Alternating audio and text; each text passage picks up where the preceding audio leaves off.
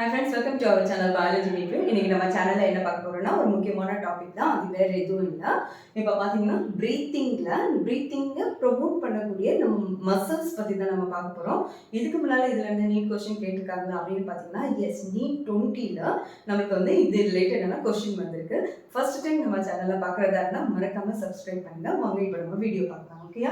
So இப்போ பாத்தீங்கன்னா நமக்கு ஃபர்ஸ்ட் பிரீத்திங்னா உங்களுக்கு ரொம்ப நல்லா தெரியும். ஓகே, இன்ஹாலேஷன் அண்ட் எக்ஸ்ஹாலேஷன் ரொம்ப சிம்பிளா எக்ஸ்பிளனேஷன் கொடுத்தா இன்ஹாலேஷன் அண்ட் எக்ஸ்ஹாலேஷன். ஓகேயா?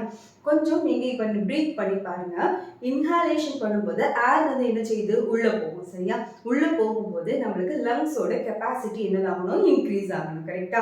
இதே மாதிரி எக்ஸ்ஹாலேஷன் எடுத்துக்கிட்டீங்கன்னா இப்போ பாருங்க, உள்ள இருக்கக்கூடிய ஏர் வந்து என்னதாகணும், நம்மளுக்கு வெளியே வரணும். அப்போ லங்ஸோட கெப்பாசிட்டி என்னதாகணும், அதை ஃபர்ஸ்ட் இருந்தது கம்பேர் பண்ணும்போது அதோட சைஸ் வந்து என்னதாகணும், குறையணும். சரியா? அப்போ அந்த இன்க்ரீஸ் பண்ணுறதையும் டிக்ரீஸ் பண்ணுற சைஸ், அந்த ஒலிம்பு வந்து நம்மளுக்கு இன்க்ரீஸும் டிக்ரீஸும் பண்ணக்கூடியது யாரு அப்படின்னு பார்த்தீங்கன்னா அதுக்கு ஹெல்ப் பண்ணுறதுக்கு தான் செட் ஆஃப் மசில்ஸ் வந்து என்னதாகுது இருக்குது. சரியா? ஸோ அந்த மசில்ஸ் யாரெல்லாம் அப்படின்னு பார்த்தீங்கன்னா பாருங்க, ஃபர்ஸ்ட் வந்து என்னன்னா எக்ஸ்டர்னல் இன்டர்கோஸ்டல் மசில்லே இல்லை பாருங்க, எக்ஸ்டர்னல் இன்டர்கோஸ்டல் மசில் இருக்கு, இன்டர்னல் இன்டர்கோஸ்டல் மசில் இருக்கு, and a special type of muscle that known as diaphragm. ஓகேயா? இப்போ இதோட லொகேஷன் எங்க இருக்கு அப்படின்னு பார்த்தீங்கன்னா எக்ஸ்டர்னல் இன்டர்கோஸ்டல் மசில் இதை எடுத்துக்கிட்டீங்கன்னா ஃபார் எக்ஸாம்பிள் நம்மளுக்கு ரிப் கேஜை நீங்க நோட் பண்ணிக்கோங்க. ஓகேயா?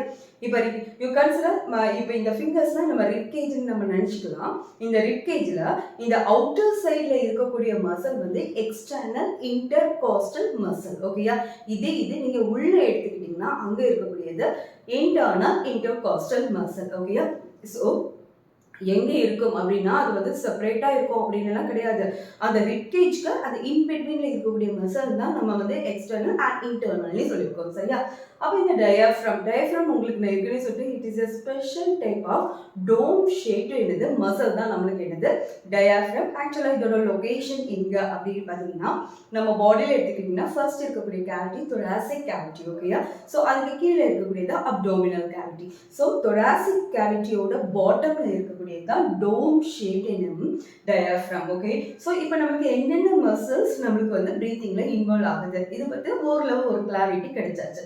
ஏன்னா இவங்க இன்ஹாலேஷன் அண்ட் எக்ஸ்ஹாலேஷன்ல இவங்க வந்து எப்படி அதில் பார்ட்டிசிபேட் ஆகிறாங்க அப்படின்னு பார்த்தீங்கன்னா டியூரிங் இன்ஹாலேஷன்ல நம்மளுக்கு இந்த மசில்ஸ்ல எல்லாம் எப்படி அது இன்க்ரீஸ் ஆகும், இந்த கெப்பாசிட்டி எப்படி வந்து இன்க்ரீஸ் பண்ணணும் குறைக்கணும், அதுக்கு ஒரு ப்ரொசீஜர் இருக்கு. That one is contraction and relaxation. ஓகேயா?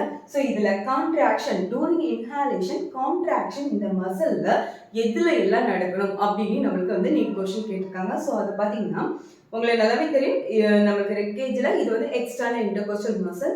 இன்ஹாலேஷன்னா நம்மளுக்கு லங்ஸோட கெப்பாசிட்டி என்னதாகணும், இன்க்ரீஸ் ஆகணும். கரெக்டா? இப்போ பாருங்க, இன்க்ரீஸ் ஆகணும்னா இந்த லங்ஸை பிடிச்சி நம்ம வந்து இதை வெளியே வந்து என்னதாகணும், புல் பண்ணி இழுக்கணும். ஓகே, அப்போ கான்ட்ராக்ஷன் இங்க எங்க நடக்குது அப்படின்னு பார்த்தீங்கன்னா எக்ஸ்டர்னல் இன்டர்கோஸ்டல் மசில். கரெக்டா? அப்போ இன்டர்னல் இன்டர்கோஸ்டல் மசில் என்ன நடக்கும், இங்க கான்ட்ராக்ஷன் நடக்குதுன்னா உள்ள இருக்கக்கூடியது ரிலாக்ஸேஷன் நடக்கணும். ஓகே, அப்போ பாருங்க கான்ட்ராக்ஷன் ஆஃப் என்னது external intercostal muscle, at the same time கீழேயும் நம்ம லங்ஸை பிடிச்சி என்னதாகணும், கீழே இழுக்கணும். சரியா? அப்போ அங்க இருக்கக்கூடிய மசில் என்னது, தட் ஒன் இஸ் டயாஃப்ரத்துல நடக்கிறதா என்னதான் கான்ட்ராக்ஷன் தான். சரியா? அப்போ ரிலாக்ஸேஷன் நடக்கக்கூடிய ஒரே ஒரு இடம் என்னன்னா இன்டர்னல் இன்டர்கோஸ்டல் மசில். ஸோ இது நீங்க என்னன்னா இந்த என்சிஆர்டி புக்ல இந்த சைட்ல இதை நோட் பண்ணி வச்சுக்கோங்க. ஈஸியா உங்களுக்கு என்ன வேணும், அந்த நேரம் நம்ம வந்து ரிவைஸ் பண்ணிட்டு இருக்க முடியாது. ஜஸ்ட் இந்த நோட்ஸை மட்டும் பார்த்துட்டாலே நம்ம ஈஸியா என்ன பண்ணிடலாம், எக்ஸாம்க்கு அட்டென்ட் பண்ணிடலாம். சரியா? ஸோ இன்ஹாலேஷனுக்கு அடுத்தது நமக்கு இப்போ எக்ஸ்ஹாலேஷன்ல என்ன சேஞ்சஸ் நடக்கும், இதுக்கு ஜஸ்ட் ஆப்போசிட் தான். இப்போ பாருங்க, எக்ஸ்ஹாலேஷன்னா நம்மளுக்கு இதை மட்டும் ஞாபகம் வச்சுக்கோங்க, லங்ஸோட கெப்பாசிட்டி இன்க்ரீஸ் ஆகணுமா டிக்ரீஸ் ஆகணும். அப்போதான் உள்ள இருக்கக்கூடிய ஏர் என்ன செய்யணும், வெளியே போகணும். கரெக்டா? அப்படி பார்த்தீங்கன்னா இங்க கான்ட்ராக்ஷன் இப்போ யாருக்கு நடக்கும் அப்படின்னு பார்த்தீங்கன்னா வெளியில இருக்கக்கூடிய அந்த ரிப்கேஜ் என்ன பிடிச்சி இழுத்து வச்சிருக்காங்களோ அவங்கள உள்ள பிடிச்சி இழுக்கணும். அப்படின்னா இந்த கான்ட்ராக்ஷன் நடக்கிறது இன்டர்னல், உள்ள இருக்கக்கூடிய இன்டர்னல் இன்டர்கோஸ்டல் மசில். ஓகேயா?